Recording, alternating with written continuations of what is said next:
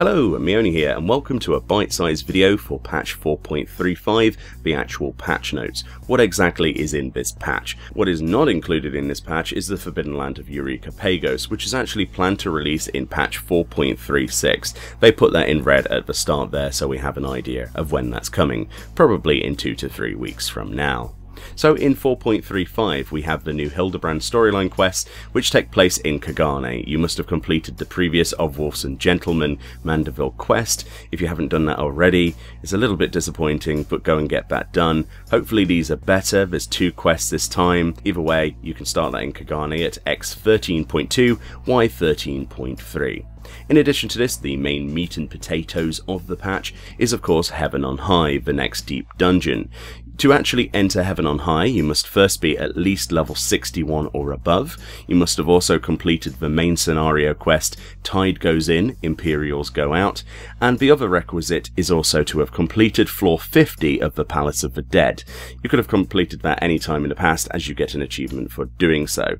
Once you have completed all of those prerequisites, you need to go to the Ruby Sea in Stormblood and go to X6.2, Y11.7 and start the Knocking on Heaven's Door quest line. I will do a video showing this off of how to unlock Heaven on High and what Heaven on High is about later on in the day. Either way, let's move on.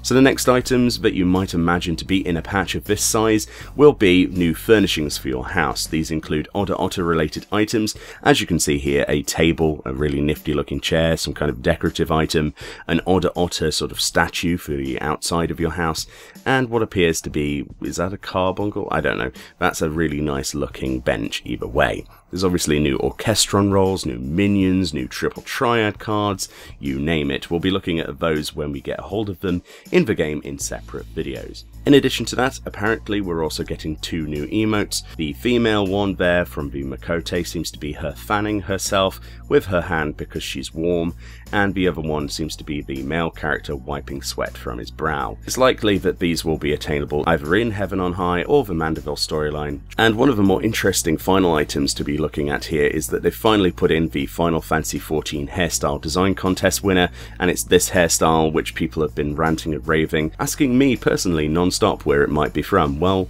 it's very likely at this point to be in Heaven on High from one of the spoils that you redeem once you complete it. They talk a little bit more about Heaven on High and the prerequisites. They talk about the ether pool, and you'll be able to exchange 10 ether pool for a weapon of choosing. To gain that 10 ether pool, you will be needing to go from floor 1 to 30. Floor 1 to 30 is a storyline related dungeon run which rewards experience and a menagerie of other rewards as well. Floors 31 to 100, however, will require you to have a brain on your shoulders, considering they are the challenging content, identical of course to that of floor 51 to 200 in Palace of the Dead, but obviously a lot shorter. We'll be doing a video running down everything to do with Heaven on High in the future, including the new Magicite system which allows for grand summoning of primals. There's a huge section on PvP, but I don't really want to go through PvP in this video. I'll probably do that in a future separate video, as that's something not everyone likes to hear about all the time. In addition to those other items, we have a final look at one of the minions which looks absolutely fantastic,